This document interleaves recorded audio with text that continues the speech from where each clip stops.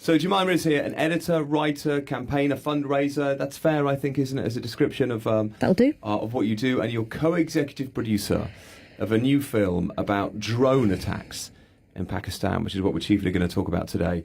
And the film, which I watched last night, is called Unmanned, America's Drone Wars. And a couple of years ago, you organised a conference in Pakistan, which you also went to, which was for, I think, the victims and the families of victims who've been affected by drone attacks. Yeah, it's very, very difficult to get those stories, the kind of human stories, out there. And so we organised this conference in Islamabad for the families of victims of drone strikes, or those who've been directly affected by drone strikes, to come and talk in the capital, because Waziristan's obviously an inaccessible area.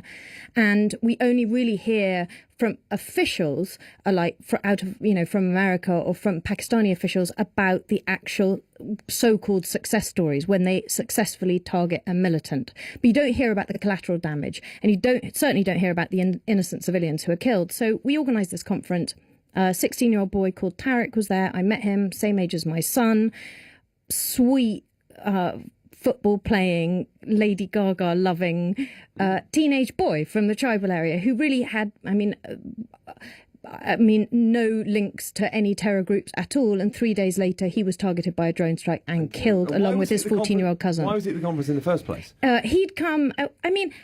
I think it was sort of seen as a day out, but a whole host of people came to talk about the impact of drone strikes on them and being under constant 24-hour surveillance. So, a lot of people came and just to talk about, not necessarily, most people do know somebody who's been killed as a result of a drone strike, but actually they were talking more generally about what it's like not being able to go to a wedding or...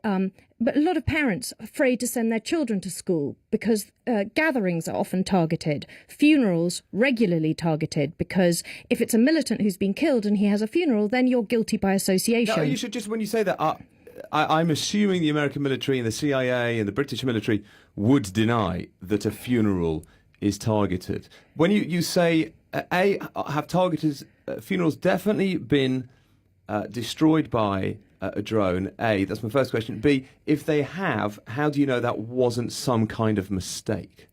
Okay, so, it may well have been a mistake, but that's exactly the problem, is that we are sold the myth that these drones are precision weapons, that they target militants and there is very little collateral damage. And that, going by the evidence that's been collected by independent organisations like Amnesty International, Human Rights Watch, and various Bureau of Investigative Journalism, that is not true. And this film is the story of those families of victims who've come forward and said, there's a 6-year-old girl who's interviewed on the film who talks about her grandmother who was going out to pick okra in the field next door, and she saw her blown up by a drone. There's the story of the 16-year-old boy who I met who was also killed by a drone. And these people are not, they're not registered in the official statistics. According to the Pakistan government, figures released last week, and the US, although it's difficult because figures aren't released because it's a covert war, there were no civilian casualties in 2012. So who were these children killed? They certainly weren't terrorists. Who was this grandmother? Well, on that, this is data. I've got some data here from the Pakistan government, which, as you say, is sort of similar to the data from the American government. And the Pakistan government says that civilians have accounted for just 3% of the 2,227 people killed in drone attacks since 2008, and that no civilians have been killed by drones since 2011. Yes, so and that's a blatant lie for money. 1.6. Why for money? Because these new figures were downgraded. Originally, the Pakistan government gave completely different figures. So these figures conflict with the old figures that were given by the Pakistan government. It was, previously said the percentage was higher. They said it was far higher. Okay. In the Peshawar High Court, I think they said something like only 2% of high target, what do they call them, high value targets, yes. HVTs, high value targets had actually were the number that were actually targeted, and the rest, 98%, were innocent civilians or certainly not high value targets.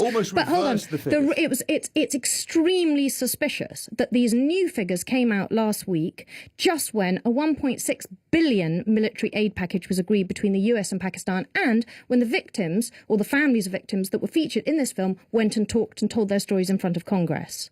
I mean, it's extremely convenient that these figures have all been downgraded to tally with the CIA figures specifically last week, and they conflict with all other figures that we've had. Amnesty International have done a full report and have said war crimes. These are war crimes, and people who have perpetrated them should be held accountable. Okay, so so you point blank, you believe the Pakistani government is lying about the number of civilians that have been killed by drones. Yes, and they have history. Can I just say they have history of lying? I mean, the WikiLeaks cables revealed that the Pakistan government had said to the American ambassador, "Okay, you have our tacit approval to drone our country, but we're going to make a fuss about it in public because the public won't accept this." And so we know they've been lying. We know the Pakistan government's lying, and we know that, I mean, I'm afraid, even Obama, who is responsible for 178 children who have been killed, you know, his policies are directly responsible for those children's deaths. And yet we see him. I mean, I don't understand how you see the president of the US on television, rightly crying over the Sandy Hook massacre and the 28 children killed there. 6 times as many children are, you know, admittedly much further away, brown children, harder to relate to, but 178 of them have been killed in Pakistan. Why no tears for them? There's 2 possibilities, I suppose. One, he's lying.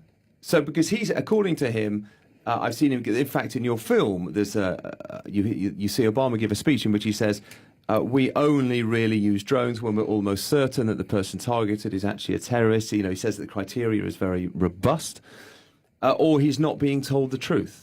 Do you think President Obama is lying when he talks about drones? Do you think he knows ignorance, or is it these figures that you believe to be real? Is it ignorance or is it lies? Look, I'm not about to. I'm not about to. Do you know what? I'm not really interested. I'm interested in the fact that 178 children are being killed. That the children in our film who are talking about seeing parents and grandparents killed are being called liars, and you know, even though they've gone and talked in front of Congress. And I know whose stories I believe. Do you think Obama's, beneath it all, a decent man? I think it's very problematic that a Nobel Peace Prize winning president has launched 326 drone strikes since he was inaugurated as president. And I just, you know, he was given that Nobel Peace Prize because of his work for, I think, nuclear disarmament mainly. I find it hard to accept. I wonder if in his head, I was thinking about this earlier, that he seemed to me, I followed his campaign closely and I covered both those elections, and I've read a lot about him, and he seemed to be sincere about opposing the Iraq war, wanting to winding down Afghanistan, which he has been doing in a slow and complex fashion. I wonder if somewhere in his head, does he see this as the alternative, that he doesn't want to start another war, but he feels that he has to throw some red meat to the American public in terms of taking out terrorists, so this is the only alternative. Or there's an alternative. Is it actually a more acceptable alternative to Guantanamo, where he stood for election on the, he argued that he was going to close down Guantanamo because that was about detention without trial. And now he's enacted a policy of assassination without trial. So if you believe in international law, then you have to oppose this. There's a line in your documentary where somebody says, intelligence is not evidence.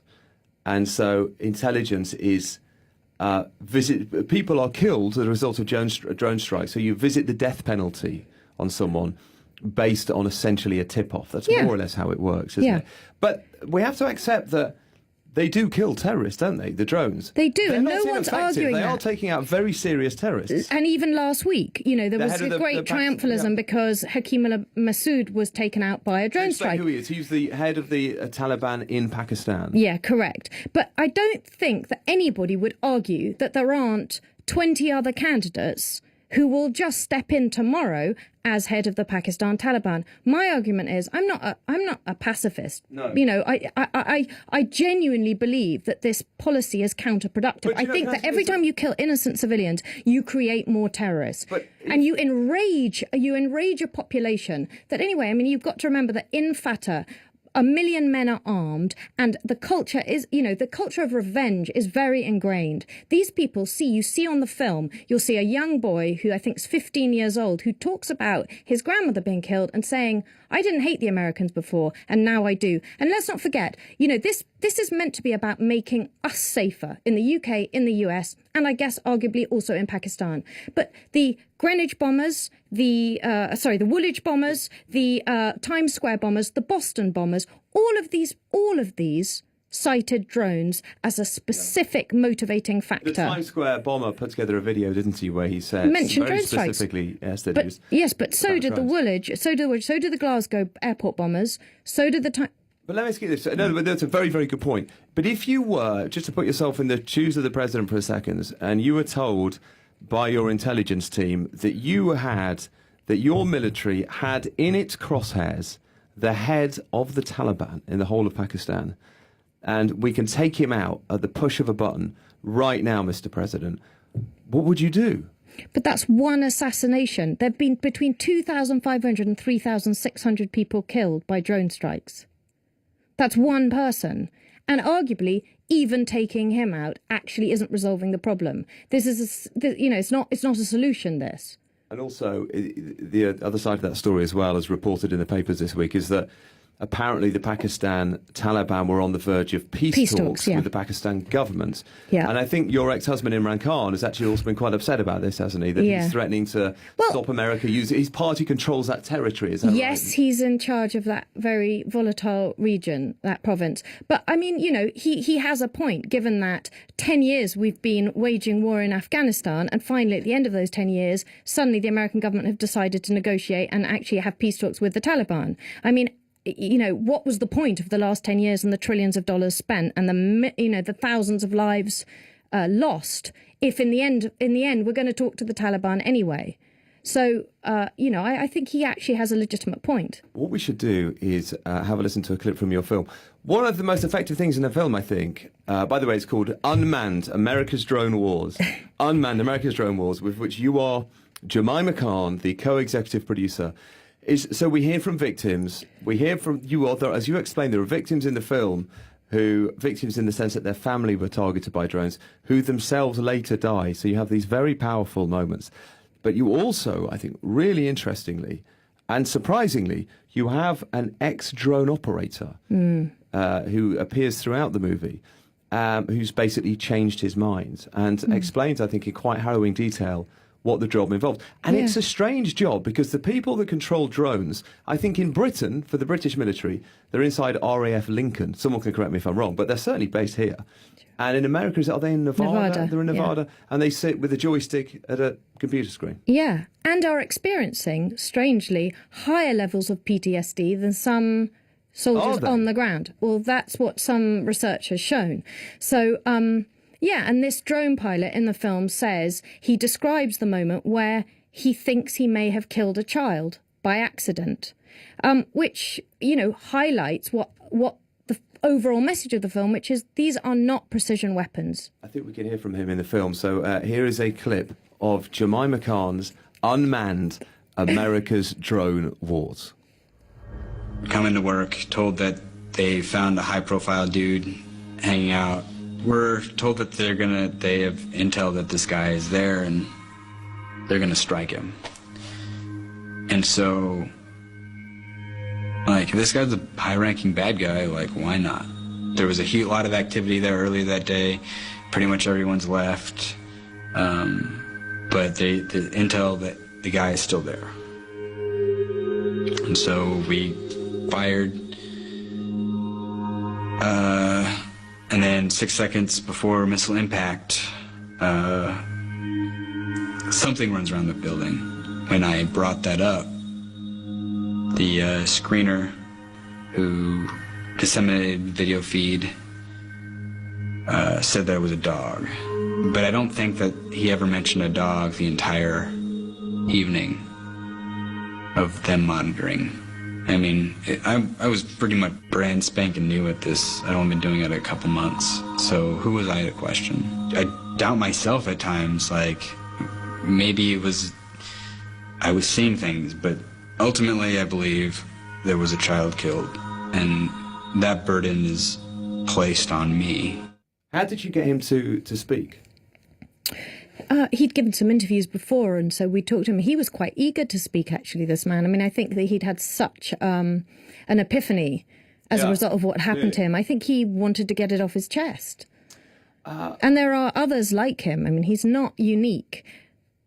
Do you think, I wonder if there is a bit of a sea change at the moment, that the public maybe haven't been that engaged with this story, haven't necessarily understood it.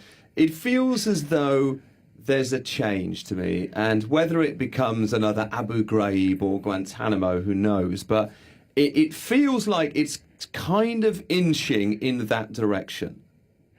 I hope that's true. I mean, in America, that's really where we need to kind of change public opinion, because I think something like 83% of the population are in favour of drone strikes. Are they? But I genuinely don't think those people.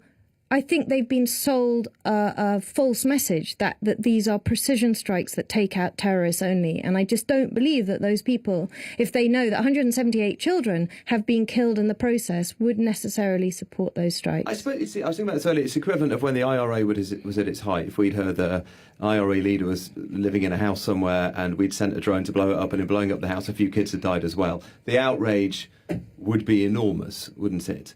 And we're not talking about a few kids. Actually, we're talking about an enormous number. If you go by any of the independent figures, we're talking about an enormous number, not only of kids, but of women and old people who've been killed, who clearly can't be classified as terrorists. So we're going to take some news and come back and talk some more.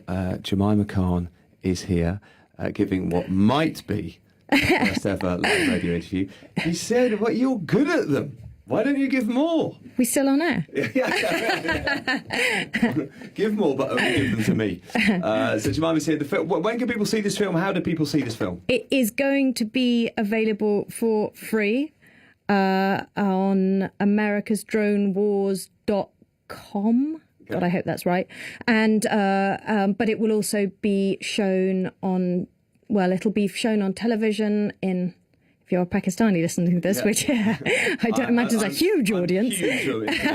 Yeah, you can download it for it. It'll be on YouTube, and it's going to go on almost every network in Pakistan, it's for free. Isn't it? Yes. In Pakistan, it's going to be millions and millions of people are going to see this film in Pakistan. Yes, and also we've had the screenings in Washington. We had a huge amount of noise around the screenings in Washington and New York because of those people going to talk in front of Congress. And so that was great. Your hope is what? What do you hope this film will? What realistically can this film achieve, do you think?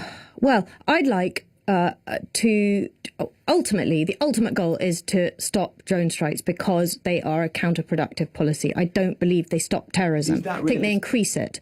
But I also, Well, I wonder if the government might say, realistically, you might get to a point where they say, we'll reduce them, but they'll always remain an option, because I think the premise of having an aeroplane in which there is no pilot, thus no risk to US citizens. Yeah, no body bags. It's always going to be attractive to the Americans, isn't it? I can't imagine them ever ruling them out completely forever.